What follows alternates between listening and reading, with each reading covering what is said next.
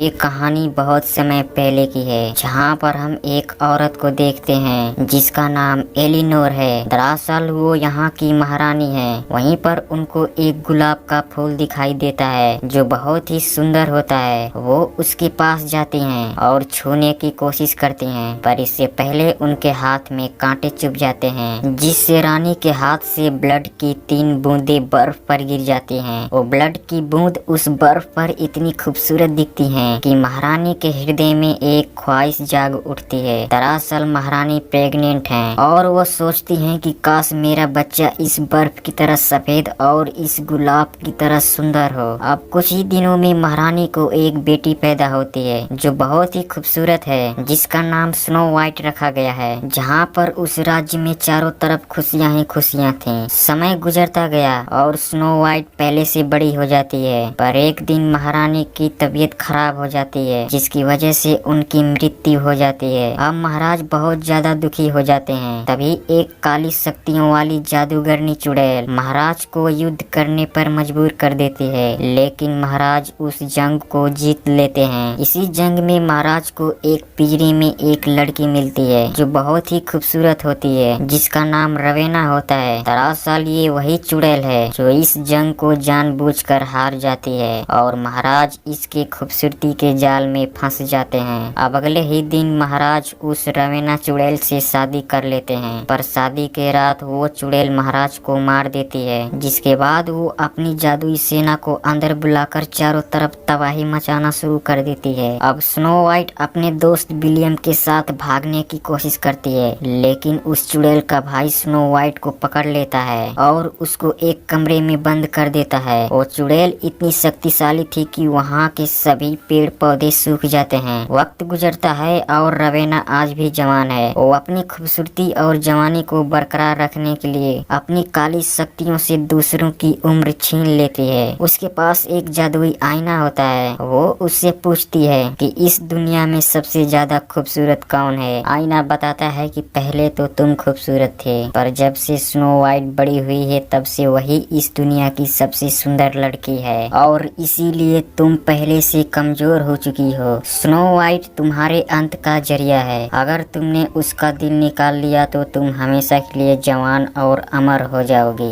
ये सुनने के बाद रवेना तुरंत अपने भाई को बुलाती है और कहती है, मुझे स्नो वाइट का दिल ला कर दो। वो उसके पास जाता है और स्नो वाइट को गंदी तरह से छूने लगता है, पर इससे पहले स्नो वाइट रवेना के भाई को जख्मी करके वहाँ से भागने लगती है। वो भागते हुए एक जंगल में चली जाती है जिसका नाम डार्क फॉरेस्ट होता है, जहाँ पर उसको अजीब अजीब से क्रिएचर दिखते हैं, जिन्हें देखने के बाद स्नो वाइट वहीं पर बेहोश हो जाती है। जब ये बात रवेना को पता चलती है तो वो अपने भाई पर गुस्सा हो जाती है और उसको 2 थप्पड़ कान पर जमाती है और कहती है, मेरी शक्तियाँ उस जंगल में काम नहीं करती हैं, इसलिए तुम्हें किसी को ढूंढना होगा जो उस जंगल में गया हो और स्नो वाइट को पकड़कर मेरे पास ले आए। इसके बाद रवेना का भाई एक आदमी को बुलाता है जिसका नाम एरिक हंट्समैन होता है। रवेना उसको बताती है कि मेरा एक कैदी डार्क फॉरेस्ट में भाग गई है, उसको वापस लाने पर तुमको इनाम दिया जाएगा। एरिक कहता है वो जंगल बहुत डरावना है, वहाँ पर जाना यानी मुसीबत को गले लगाना है, पर रवेना उससे कहती है कि तुम अगर ऐसा करते हो तो मैं तुम्हारी वाइफ को जिंदा कर दूंगी। दरअसल हंट्समैन की वाइफ गुजर गई है। अब ना चाहते हुए भी हंट्समैन रवेना की बात मान जाता है और वो उसके भाई और कुछ सैनिकों के साथ स्नो वाइट को ढूंढने के लिए उस जंगल में चले जाते हैं। लेकिन हंट्समैन इस जंगल को अच्छी तरह से जानता था, इसलिए वो स्नो वाइट को जल्द से ढूंढ लेता है, पर स्नो वाइट उससे कहती है, मुझे इस दुष्ट के हवाले मत करो, ये मुझे मार कर मेरा दिल निकाल लेगा और ये तुम्हें भी धोखा देगा। जिस पर रवेना का भाई कहता है, तुम कितना बेवकूफ हो, भले ही मेरी बहन के पास बहुत सारी शक्तियाँ हैं, पर वो मरे हुए लोगों को जिंदा नहीं कर सकती।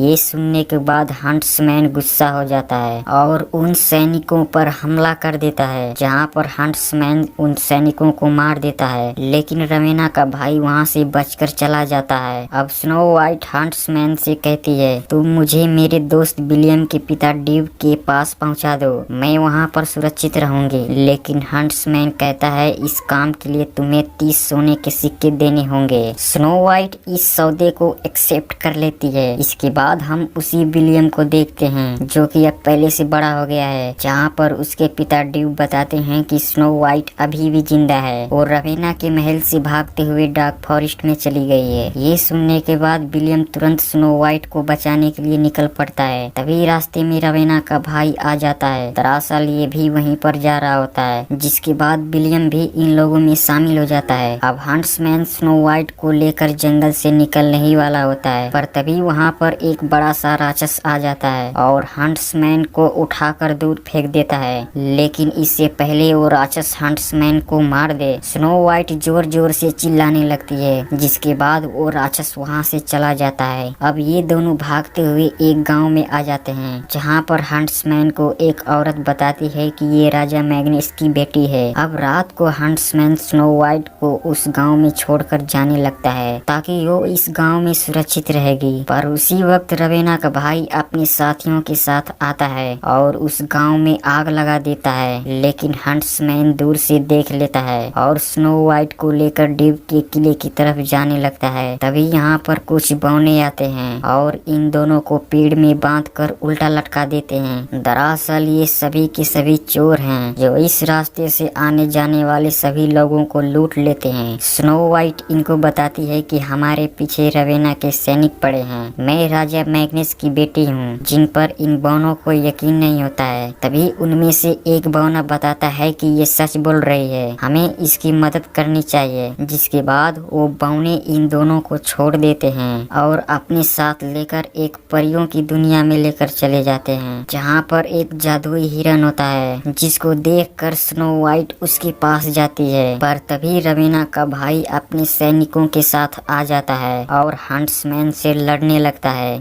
लेकिन हंट्समैन उसको मार देता है। वहाँ पर विलेन भी होता है जो अब इन सभी को लेकर अपने पिता के पास आता है, जहाँ पर स्नो वाइट ड्यूक के सैनिकों से कहती है हमें जादूगरनी रवेना से लड़ना होगा, नहीं तो वो सबको एक एक करके मार डालेगी और बुराई के राज्य को हमेशा के लिए खत्म करना होगा। जिसके बाद वो लोग मान जाते हैं और रवेना के महल में घुसकर हमला बोल देते हैं। अब स्नो वाइट और रवेना के बीच लड़ाई होने लगती है, लेकिन रवेना के पास इतनी शक्तियाँ होने के बाद भी स्नो वाइट उसको मार देती है और ये कहानी यहीं पर खत्म हो जाती है।